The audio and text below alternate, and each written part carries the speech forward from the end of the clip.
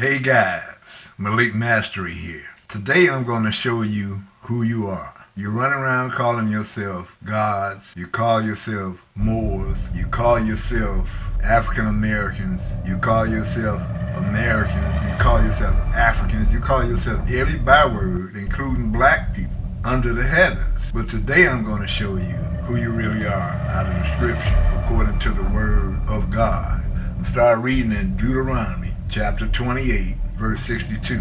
And ye shall be left few in number, whereas you were as the stars of heaven for multitude, because thou wouldest not obey the voice of the Lord thy God. And it shall come to pass that as the Lord rejoice over you to do you good, and to multiply you, so the Lord will rejoice over you to destroy you, and to bring you to naught. And ye shall be plucked from off the land, whither thou goest to possess it. And the Lord shall scatter thee among all the people, from one end of the earth even unto the other. And there thou shalt serve other gods, which neither thou nor thy fathers have known, even wood and stone. And among these nations shall thou find no peace, neither shall thy sole of thy foot have rest. But the Lord shall give thee there a trembling heart, and failing eyes, and sorrow of mind. And thy life shall hang in doubt before thee, and thou shalt fear day and night, and shalt have none assurance of thy life. Now see in verse 62, the God of the Bible had it written that we were as stars of heaven for multitude. But because we wouldn't obey the voice of God, our numbers are few. We are a so-called minority in this land amongst the people that have only been on the planet for 7,000 years, when we've been here for, I don't know, since the beginning, okay? And this is what you got to understand. We're called a minority because of numbers, and those numbers are a fact because they've been killing us and hanging us and shooting us in the back as long as I can remember.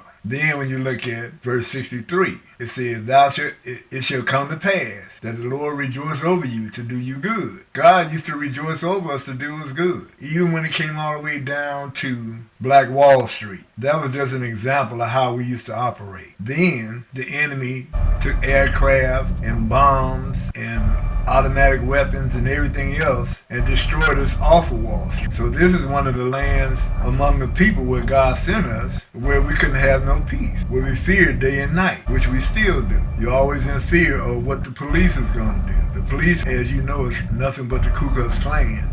And that's a continuation of when God had us scattered, verse 64, had us scattered among all the people, from one end of the earth to the other. Everywhere you look on earth, you find this people that call themselves black and brown and Afro-American and African-American, Moors, etc. Everywhere you look, you find this people that call themselves by all of these proverbs and bywords, okay? Now you look, and the most important thing to take away from this whole ideal is 64. And the Lord shall scatter thee among all the people, from one end of the earth even unto the other. And there thou shalt serve other gods. We was put out of our land because we wanted to serve false gods. We was put in this land so that we could serve false gods because we refused to serve our God. So now you won't serve nothing but false gods. You serve all kind of, it even got all the way down to the end of this verse, the end of verse 64, where it says,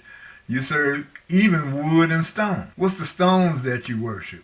Diamonds, pearls, rubies, all of this type of stuff. What's the wood that you serve? We ain't talking about that cross. See, that cross is a death symbol made out of wood. That's what they hung your God on. Your God got hung on a wood cross. What kind of God is that? Your God was the God of the creation that created everything, seen and unseen. But nevertheless, you want to go and serve somebody else's God, which is why you're in the condition you're in today. You're a foolish nation, and I don't know if you'll ever wake up.